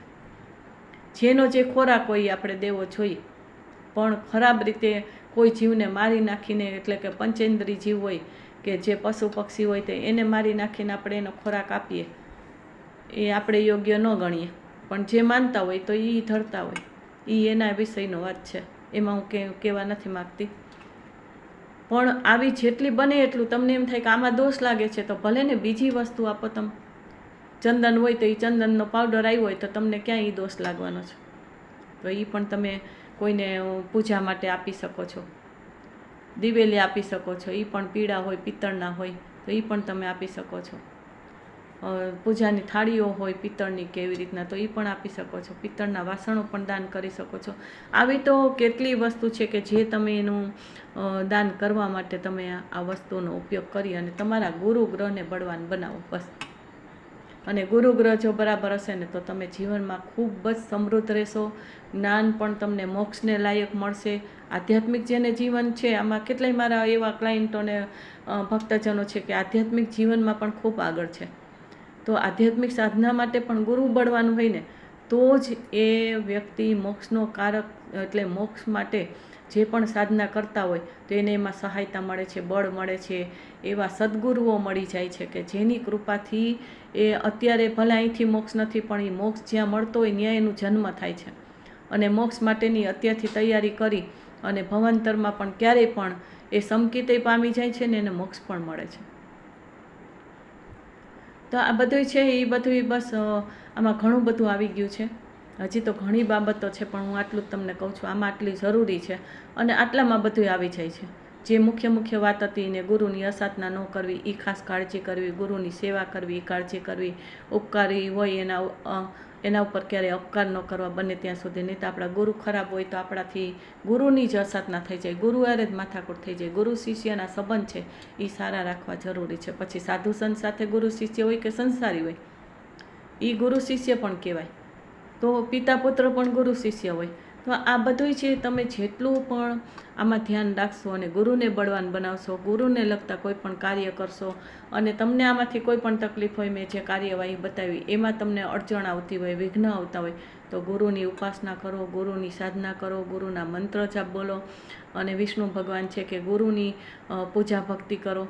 અને દેવસ્થાન હોય તો એમાં તમે ખૂબ ધ્યાન આપો કે ત્યાં બને એટલી ચોખ્ખાઈ રહે. પણ ચોખ્ખાઈ માટે મેં કીધું એમ કે કોઈને તકલીફ થાય એવી રીતના ગુસ્સો કરીને નહીં કહેવાનું. બહુ થાય તો આપણે પૂજારી મળતા હોય બીજા તો એને બદલી નાખીએ. ભલે એની નોકરી જાય છે ને એના આર્થિક સ્થિતિ તકલીફમાં મુકાય, પણ હવે એ દેવદેવીની અસાધના કરે તો એ તકલીફને આપણે મહત્ત્વ ન આપવું જોઈએ. હું તો આવું માનું જ. પછી બીજાની જે માન્યતા હોય ને જે વિચાર હોય, પણ હું એવું માનું છું કે આપણા કુળદેવી અને બાપાનું અને દેવસ્થાનમાં ચોખ્ખાઈ ન હોય, અને કોઈ આપણા બંધુઓ હોય કુટુંબના, કોક કે આમ કરો ને કોક કે આમ કરો ને પછી એ પૂજારીને મજા આવી જાય, તો એવી વસ્તુ ન હોવી જોઈએ.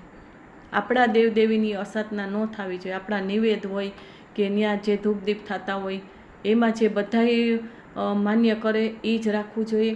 અને વારસાગત જે આવતું હોય અમુક વસ્તુઓ, પણ અત્યારે પ્રેક્ટિકલ યુગ છે. પછી આપણે એમ માનીએ કે ના અહીંયા આમ છે એટલું જ કરો ને આમ જ કરો, તો કોઈ એમાં સામેલ નથી થતું. ઘણા લોકો એવું પણ કરે છે કે ના એ ત્યાં જૂનું છે એ જૂનું જ રાખો, નવું કંઈ કરોમાં. અરે પણ નવું ન કરે તો આજે લોકોને મૂર્તિ જોશે ને તો એને ભાવ જાગશે. તમારા ફોટા તમારા ઘરમાં તમે કેવા રાખો છો? ગુજરી ગયા હોય એનાય ફોટા રાખો છો, અને ન ગુજરી ગયા હોય ને ફેમિલી હોય તો ફેમિલીના ફોટા એટલા વોટ્સએપમાં મૂકે ને એટલા ફેસબુકમાં મુકાય ને એટલા સ્ટેટસમાં મુકાય ને શું કામ મૂકીએ છીએ? તો એ આપણને ગમે છે, કારણ કે આપણે ઈચ્છીએ છીએ એટલે એ આપણને ગમે છે. પણ ઘણા એટલા નેરો માઇન્ડના હોય છે, નહીં તો એમ કે આમને દેવસ્થાન છે ખબર નથી ને અહીંયા દેવસ્થાન ન હોય ને આમ ન હોય ને તેમ ન હોય. પણ તમારી જાણકારીમાં નથી એટલે ન હોય એવું કોઈ દી ન બને. કંઈક હોય તો જ, વર્ષો જૂનું કંઈક હોય તો જ કોક કહેતા હોય. તો એક્સેપ્ટ કરતાં શીખો. બ્રોડ માઇન્ડ આપણું હોવું જોઈએ.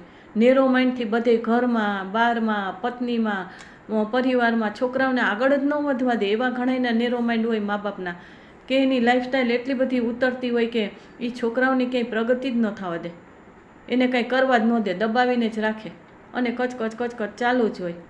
એટલું નેરો માઇન્ડ હોય. દેવસ્થાનમાં પણ એવી વ્યક્તિઓ જો એ કંઈ પોસ્ટ ઉપર આવી ગયા કે પ્રમુખ બની ગયા ને ટ્રસ્ટી બની ગયા તો આવી બને આખા કુટુંબ, એને કોઈ કાંઈ કહી ન શકે, કે તો માથાકૂટ થાય. અને લીગલી કાંઈ એને પદવી મળી ગઈ એટલે એ કેમ જ થાય, બીજા કેમ ન થાય. પણ આવું ન હોવું જોઈએ. હું તો માનતી નથી, હું તો કરવા જ ન દઉં એવી રીતના. અને કાં કરતા હોય તો એમાંથી આપણે આગું થઈ જવાનું. કારણ કે દેવસ્થાન છે એ દેવદેવી માટે આપણે જવાબદાર છીએ, કુટુંબના વ્યક્તિઓ છે. આજે ગુરુની વિશે વાત છે એટલે હું આ વાત કરું છું કે ગુરુ છે ને એ આપણા દેવદેવી પણ આપણા ગુરુ છે, મા બાપ પણ ગુરુ છે. એમ દેવસ્થાન છે એ ગુરુ સ્થાન જ છે આપણું. તો એને આપણે, આપણા બાપા છે, વડીલો છે, એ બધા કોણ છે? વડીલો છે એ મા બાપ જ છે. તો મા બાપ એ આપણા ગુરુ છે. વારસાગત જે છે એના પરિવાર માટે જે કાંઈ એને ન ગમતું હોય કે એને ના પાડી હોય, બને ત્યાં સુધી ન કરીએ. પણ પ્રેક્ટિકલી રહેવું જોઈએ. હું તો બેય વાત કરું છું કે અત્યારે જો તમે પ્રેક્ટિકલ ન રહ્યો અને જૂના ફોટા ને જૂનું મંદિર અને જૂની જ વસ્તુ ત્યાં રાખવાની ને અહીંથી ક્યાંય આઘી કરવાની નહીં, એટલા જૂનવાણી વિચાર પણ ન હાલે. પણ અત્યારની પેઢીને કેમ ભાવ જાગે છે, કેમ શ્રદ્ધા જાગે છે, નહીંતર એ ગમે તે બીજે સ્થાનમાં વયા જશે. આપણામાં જો માથાકૂટ હશે આપણા કુટુંબમાં કે દેવસ્થાનમાં, તો એ આપણા દેવસ્થાનમાં આવવા તૈયાર નહીં થાય. અત્યારના છોકરા છોકરી મા બાપ સાથે જવા તૈયાર નથી થતા, એના સર્કલમાં જવા. પછી એનું સર્કલ જ્યાં હોય, એના મિત્ર હોય તો એ ગમે ત્યાં જાય. મુસલમાન હોય તો ભલે ને બીજા ધર્મના, આપણા જ્ઞાતિથી વિરુદ્ધનો ધર્મ હોય, મને કોઈ ધર્મનો વાંધો નથી, કોઈ જ્ઞાતિનો વાંધો નથી, પણ આપણી જ્ઞાતિ પ્રમાણે તો નિયમ હોવા જોઈએ ને. નહીં તો બધાય પોતપોતાની રીતે બધું કરવા માંડે. તો આપણા જ્ઞાતિ પ્રમાણે આપણે નિયમ હોય અને એની સાથે થોડાક પ્રેક્ટિકલ બ્રોડ માઇન્ડથી પણ આપણે બધે ફેરફાર કરવો છે. જમાના પ્રમાણે તમે બધે બીજે પ્રેક્ટિકલ રહ્યો છો તો દેવસ્થાનમાં કેમ નહીં? અને દેવસ્થાનમાં દેવદેવીનું આપણે સ્થાપન હોય કે એ બરાબર છે કે એને ન હટાવીએ, પણ બીજું પણ એવું કરી શકું કે જે મૂર્તિઓ હોય, તો જેમ કે ગણપતિ છે, હનુમાનજી છે, સરસ્વતી માતા છે કે આપણા કુળદેવી છે, તો એના ફોટા હોય કે ફળા હોય. તો હવે બધે એવું થઈ ગયું કે તો માણસને ભાવ જાગે. અને ફળા હોય તો એમાં ભલે આપણે સ્થાપન વડીલોએ કરી દીધું, એમાં ઉર્જા જ હોય, એમાં ના નથી, કોઈ વિરોધ નથી. એને માનવી જરૂરી છે અને એ જ્યાં છે ત્યાં જ તમે રાખો અને સ્થાપન કરો અને એને જેમ માનો છે એમાં ધૂપ દીપ કરો. પણ બાજુમાં તમારે મૂર્તિઓ હોય તો એમાં લોકોને એક આકારનો ભાવ આવે છે અને એ મૂર્તિઓ પણ એટલી સરસ હોય કે લોકોને ઉર્જા મળે. એમાં ધૂપ દીપ કરે તો એમાં ઉર્જાનું સ્થાન વધારે જાગૃત થાય. તો બધા લોકો બીજા અત્યારના છોકરાઓ બીજા મંદિરોમાં જતા હોય તો એની ના નથી, ભલે મંદિરોમાં જાય, પણ આપણા જે કુળદેવી, આપણા જે બાપા છે, આપણું જે વારસાગત વસ્તુ છે એને તો આપણે વ્યવસ્થિત રીતે રાખવું જ જોઈએ, આગળ વધારવું જ જોઈએ. તો એના માટે પ્રેક્ટિકલી થોડું ઘણું જે થતું હોય એ બધાએ કરતા હોય તો આપણે પણ કરવું જોઈએ. હું તો એવું માનું છું. અને બધાએ સામેલ હોય તો કરાય, ન સામેલ હોય તો મૂકી દેવાય પડતું. જેમ હાલતું એમ હાલવા દેવાનું. પછી વડીલો જાણે, એના કર્મ, એના દોષ, એ એના ઉપર દોષનો ટોપલો રહે. ઘણી જગ્યાએ આવું બને જ, વડીલો નથી જ કરવા દેતા તો છોકરાઓ શું કરે? પણ અત્યારના જમાના પ્રમાણે થોડુંક કંઈક કોકે કીધું એમ કરે તો એ દેવસ્થાન છે એની પ્રગતિ થાય.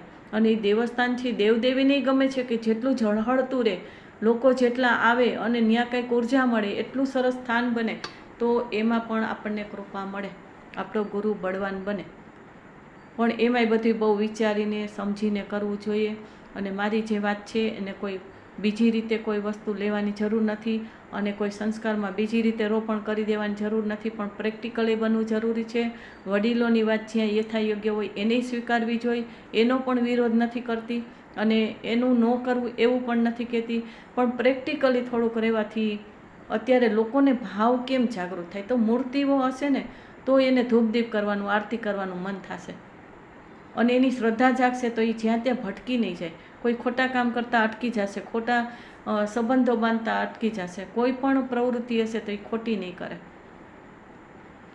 અત્યારના છોકરાને સાચવવા એ પ્રેક્ટિકલ એટલા બધા આગળ હોય છે તો એને આપણા દેવસ્થાન પ્રત્યે શ્રદ્ધા જગાડવી અને કુટુંબના દેવસ્થાન છે એ કુળદેવી ને બાપા, એ આપણા પરિવારને કેમ પ્રગતિ થાય અને કેમ આગળ વધારી શકાય એના માટે તો હોય છે પરિવારના. અને એ ઋષિમુનિઓ નક્કી કરેલું હોય છે કે તમારા ગોત્રના કુળદેવી કોણ, તમારા કુટુંબના કુળદેવી કોણ, અને પછી નક્કી થાય છે આંબા પ્રમાણે.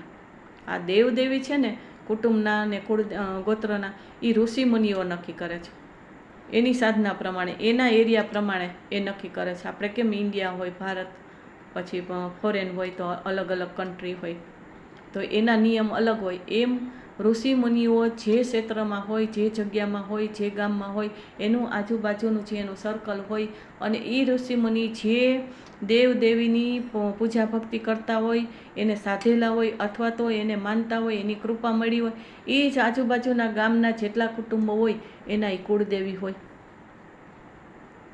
અથવા તો જે કુટુંબ માનતા હોય, જે અટકવાળા, એના એ કુળદેવી હોય, ગોત્રના કુળદેવી હોય. એટલે એ ઋષિમુનિના કુળદેવી હોય એ આપણા ગોત્રના કુળદેવી કહેવાય. અને પછી કુટુંબના કુળદેવી હોય કે કુટુંબમાંથી કોઈ વડવાઓ જે કુળદેવીને માનતા હોય કે કોઈને પ્રગટ થયા હોય, કોઈને સંકેત આપેલો હોય, ને વડીલો જે માનતા હોય એને માનીએ એ કુટુંબના કુળદેવી કહેવાય. અને બાપા છે એ તો આપણા કેવા છે કે વારસાગત પેઢી દર પેઢીમાં આપણા માણસ છે એમાંથી જે દેવ થઈ ગયા હોય, એટલે કે ઓફ થઈ ગયા હોય, તો એમાંથી કોઈ જાગૃત થાય છે. કોઈ સારા સ્થાને હોય તો જાગૃત થાય છે, કોઈ ખરાબ સ્થાને હોય તો જાગૃત થાય, તો હેરાની કરી દે છે. પણ સુરધન દેવ હોય એ હંમેશા કોણ હોય કે એ એના પરિવારની સુખ શાંતિની સમૃદ્ધિ માટે જ એ પરિવાર પાસે આવે છે. પણ આ કાળમાં એને જાણવા મુશ્કેલ હોય છે. એટલે ગમે ત્યાં મેં કીધું છે કે પિતૃનું નામે પ્રેતાત્માનો વાસ ન થઈ જવો છે, ભટકતા આત્માનો વાસ ન થઈ જાય. આ કાળમાં ધ્યાન રાખવું પડે, કારણ કે વિધિ વિધાન હોમ હવન કરનારા હોય એ ચોખ્ખું કહી દે કે તમે રજા લઈ લીધી જ ને, તમે તમારા બાપાને ને માતાજીને બધું જાણો છો એ પ્રમાણે કરજો, અમે તો તમને વિધિ કરાવી દઈએ, કોઈ માથે ન લે. એને તો રોજનું આ કામ કરવાનું, તો કેટલા દેવદેવીની અસાધના કરે, એ હેરાન થઈ જાય. એટલે હવેના તો બ્રાહ્મણો હોય ચોખ્ખું કહી દે કે તમારે તમારા માતાજીને બાપા છે તો એની આજ્ઞા લઈ લેજો અને તમે કહો તો અમે કરાવી, અમે તો ખાલી વિધિ વિધાન કરાવી દઈશું, પછી તમારે શું કરવું એ કુટુંબ તમારું જાણે.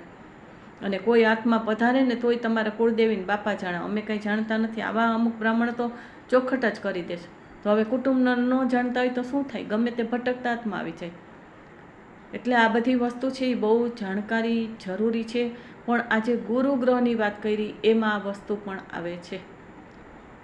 ધર્મના ગુરુ હોય, ધર્મના સ્થાનકો હોય અને ધર્મના કોઈ કાર્ય હોય તો એ બધાય દેવદેવી હોય તો એને પણ આપણે ગુરુ માનીએ છીએ. અને વારસાગત આપણા કુટુંબના પરિવારના સુરધનદેવ, માતાજી, બાપા એ બધાય આમાં એની ભક્તિને પૂજા અને એના રીત રિવાજ એ બધી વસ્તુ આમાં આવી જાય છે. તો તમારો ગુરુ બળવાનું હોય ને તો આ વસ્તુમાં તમે ક્યાંય ખોટી રીતે કોઈ કામ ન કરી શકો.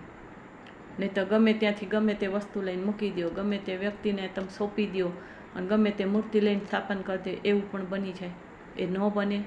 હું તો જે કંઈ કહું મારી દેવશક્તિની આજ્ઞા સિવાય એક પણ ડગલું ભરું નહીં. ન થાય તો એ કામ મૂકી દેવું, આપણે આગળ પડતું ન થવું.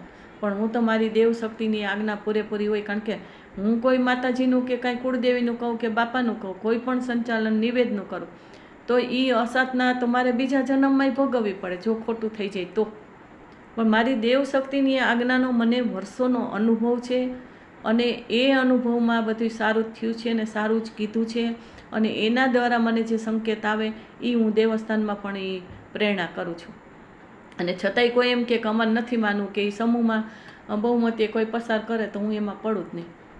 કારણ કે મારે તો અહીંયા મંદિર છે, મારે જે પૂજા કરવી એ ભક્તિ કરવી મને કોણ ના પાડે. મારી દેવશક્તિની આજ્ઞા પ્રમાણે માતાજીનું અહીંયા સ્થાપન કરેલું છે, કુળદેવીનું સ્થાપન કરેલું છે, બાપાનું મેં સ્થાપન કરેલું છે રીત રિવાજ પ્રમાણે. તો એ તો હું તો પૂજા ભક્તિ કરું જ છું. એટલે એવું નથી કે હું કુટુંબનું કામ સંભાળું કે ન્યા દેવસ્થાનનું કરું તો જ આ વસ્તુ બને. તો એ મૂકી દેવાનું, માથાકૂટ થઈને આગળ નહીં વધવાનું, ખોટી અસાધના નહીં કરવાની, સમજાવી જોવાનું. પણ છતાંય એમ કોઈના વેર વિરોધ હોય ને એમાં બહુમતી થઈ જાય તો ત્યાંથી ખસી જવાય, ત્યાં ન રહેવાય, કોઈ દી કામ ન કરાય. કારણ કે બાપા અને માતાજીનું તો કામ એક બાજુ રહે ને અંદરો અંદર કુટુંબમાં વિખવાદ થઈ જાય.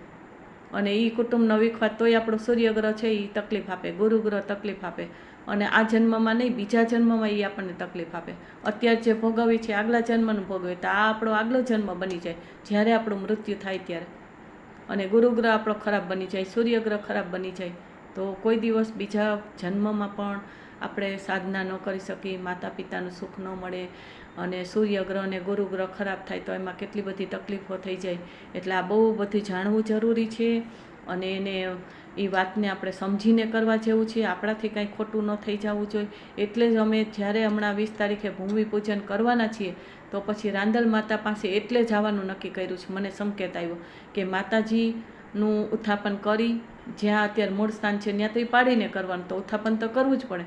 તોય અમારે નસીબદાર કે વળી મને સંકેત આવ્યો, અમે તો ભાડેથી જગ્યા ગોતતા હતા કે રૂમ લઈને ત્યાં બધું સ્થાપન કરી. પણ પછી મને સંકેત આવ્યો અને મેં બધાને વાત કરી કે ભાઈ આપણે હરજી બાપાની ડેરી છે તો અમારે એક બાપાની ડેરી છે ત્યાં જ આપણે સ્થાપન કરી, બાપાઈ છે બધાય સાથે. અને અત્યારે તો અમારે બાપા અને માતાજીની સાથે જ છે, પણ ખરેખર માતાજીને બાપાનું સાથે ન હોય. પણ અત્યારે જે રીત રિવાજ પ્રમાણે છે જૂનવાણી રિવાજથી કે વર્ષોથી જેણે સ્થાપન કરેલું છે એ એમને આબેહૂબ એ ઉત્થાપન કરી અને ત્યાં બાપાની સાથે સ્થાપન કરી દે. એટલે એક તો બાપાની કાળજી થઈ જાય, એની નીચે આપણે બધું સ્થાપન કરી એની સાથે સ્થાપન કરીએ એટલે એ પણ દોષ ન લાગે. અને બીજું કે રાંદલ માતાનો એરિયો ત્યાં નજીકમાં જ છે અને મારા પપ્પાએ માનતા, હું પણ માનું, બધાય માને. એટલે રાંદલ માતાનું દર્શન કરી આવશું.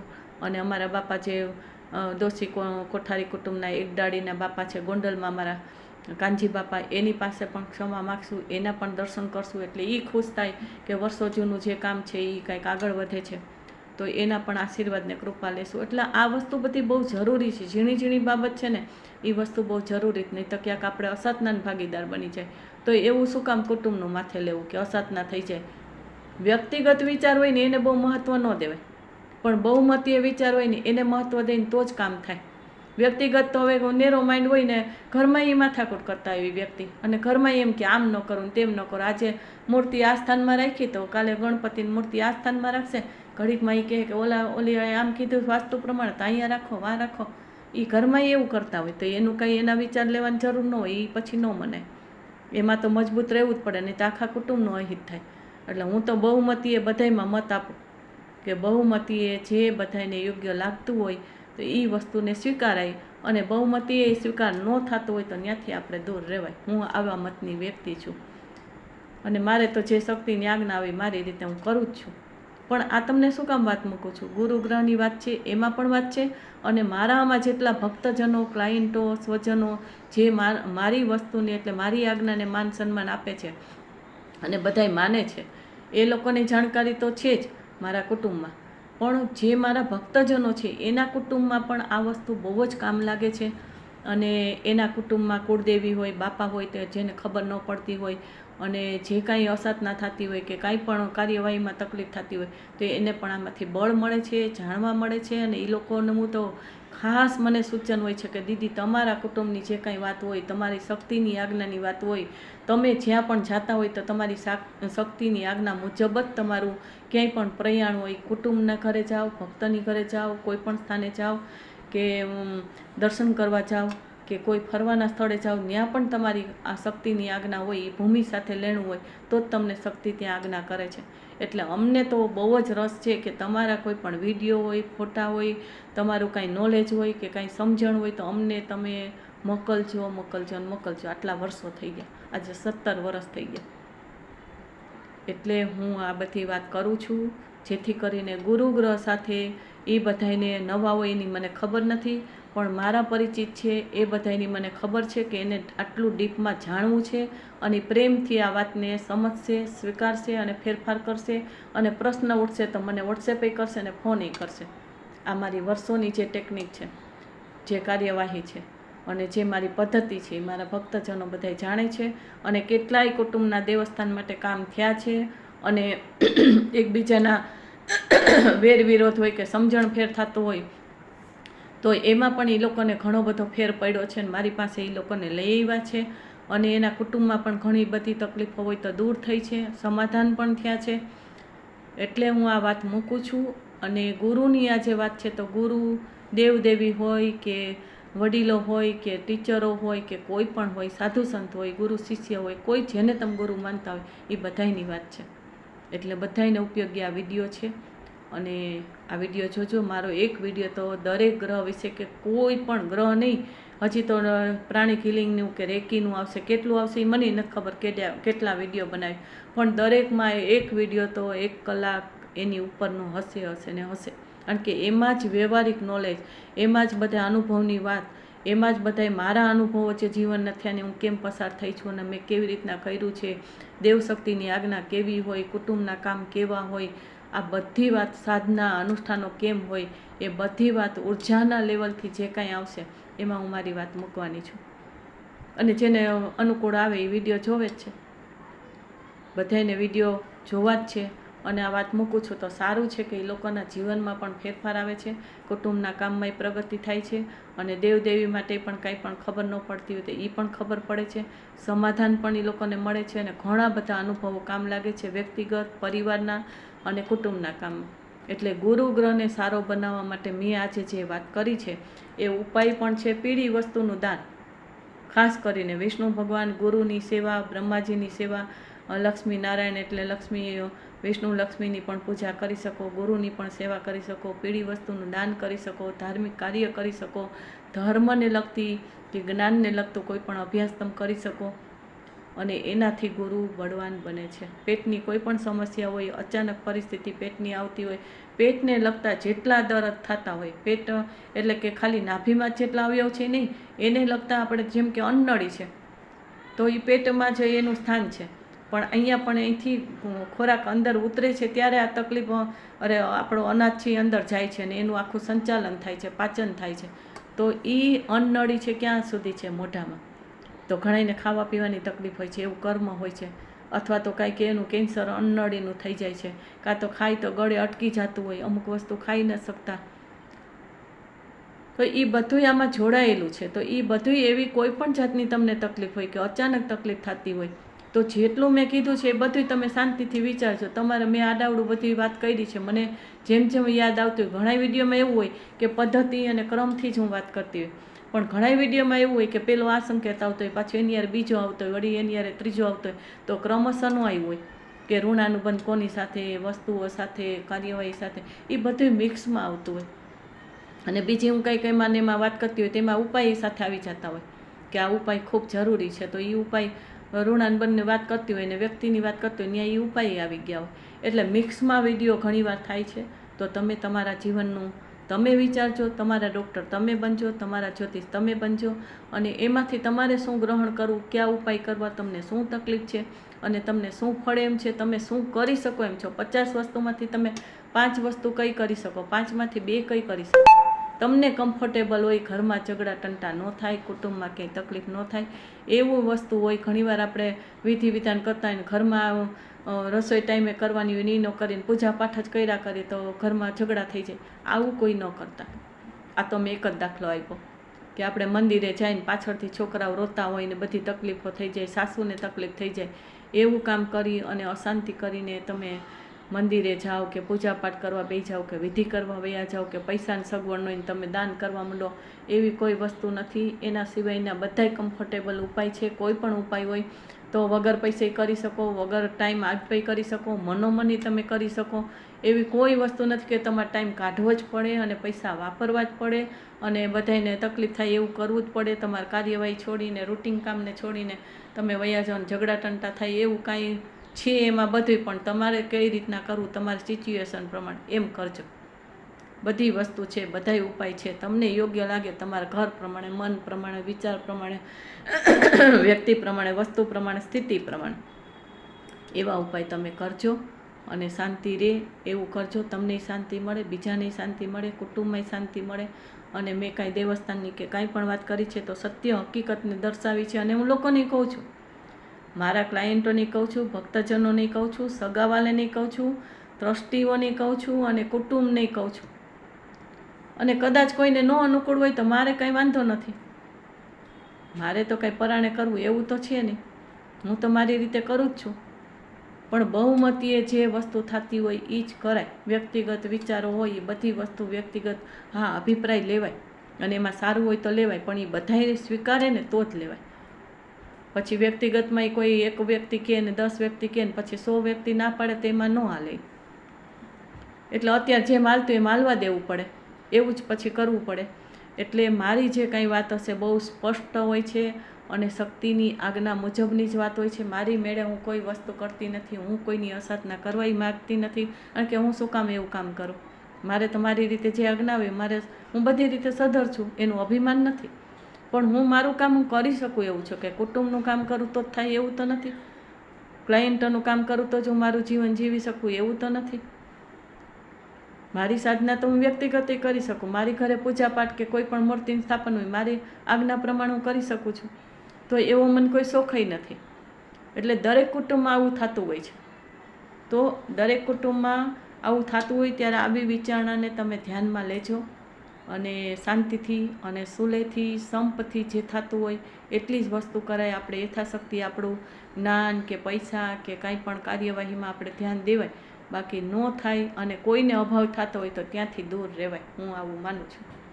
આપણાથી પૂજા પાઠ કે જે ઉપાય હોય જેટલા થતા હોય ને યથાશક્તિ કરાય. ન થતા હોય ને પરાણે જ કરવા. એકટાણા ન થતા ને એકટાણા જ મંડાઈ પડીએ તો એવું તપ ન કરાય કે પછી નબળાઈ આવી જાય ને બીજી સમસ્યા ઉત્પન્ન થઈ જાય ને સાબુદાણાની ખીચડી ખાઈને બટેટાની વસ્તુ ખાઈ ફરાળમાં પછી પેટની સમસ્યા હોય ને વધી જાય. એવું કોઈ વસ્તુ કરાય નહીં. મેં તમને ઘણાય ઉપાય બતાવ્યા છે ને હું બધાને ઉપાય બતાવું છું. તો એ ઉપાય તમે કમ્ફર્ટેબલ તમારી શરીરની, મનની, કુટુંબની, આર્થિક સ્થિતિ બધી વિચારીને તમારાથી શું થાય છે, કોઈને તકલીફ ન પડે ને તમને તકલીફ ન પડે એવું તમે કરજો. હું આ વસ્તુનું વધારે માનું છું.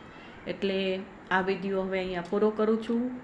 અત્યારે 1.5 કલાક સુધીનો વિડીયો લગભગ આ પહોંચી ગયો છે અને એક વિડીયો તો મોટા થશે જ. જેને જોવું હશે એ જોશે. અને વિડીયો દરેક જોવો.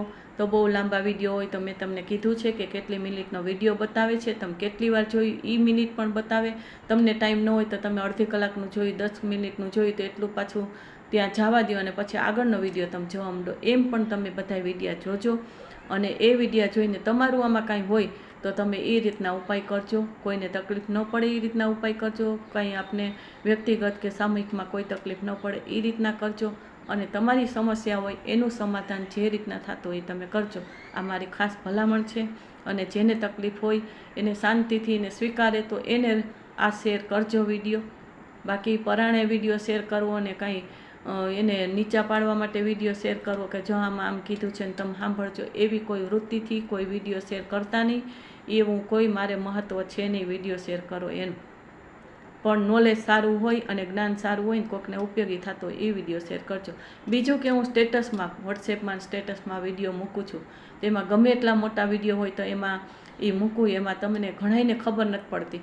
એટલે ગ્રુપમાં ન હોય તો વિડીયો ન મળ્યો હોય, અથવા તેને સબસ્ક્રાઈબ કરતા ન આવડતું હોય તો એ વિડીયો ન મળ્યો હોય અને વિડીયો જોઈ ન શકે મારા, તો એને સ્ટેટસમાં પણ ખાલી નંબર મારામાં સેવ હશે તો સ્ટેટસમાં એ વિડીયો કે કાંઈ પણ મેસેજ આવશે.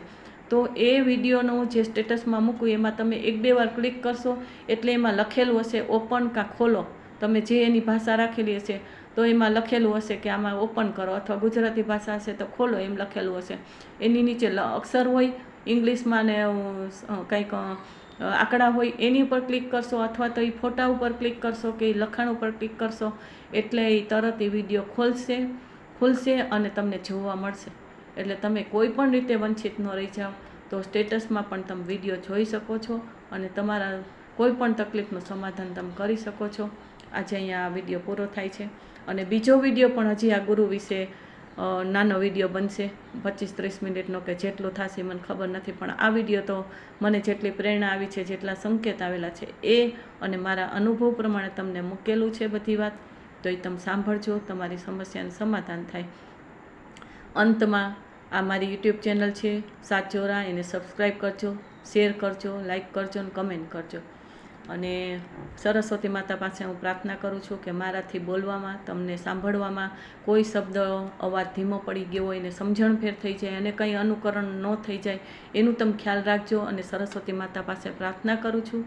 અને કોઈ પણ વાણીનો દોષ લાગેલો હોય તો એની પણ હું તમારા વતી મારા વતી ક્ષમા માગું છું, કે જેથી કરીને આપણે વાણીનો દોષ કે વાણી આપણી સ્પીચ સારી ન થાય અને વાણીના દોષને કારણે જે આપણી બીમારીઓ આવતી હોય જ્ઞાન તંતુની, મગજને લગતી, બોલવા, સાંભળવાની, વાંચવાની અને કોઈ પણ વાણીને લગતી કોઈ પણ તકલીફ હોય તો એ ન આવે એના માટે આપણે સરસ્વતી માતાને દોષની ક્ષમા માગવી જોઈએ. તમે પણ માગજો વિડીયો સાંભળીને અને કોઈને કહો તો ક્ષમા માગજો કે તમારાથી કાંઈ ખોટું ન કહેવાય છે.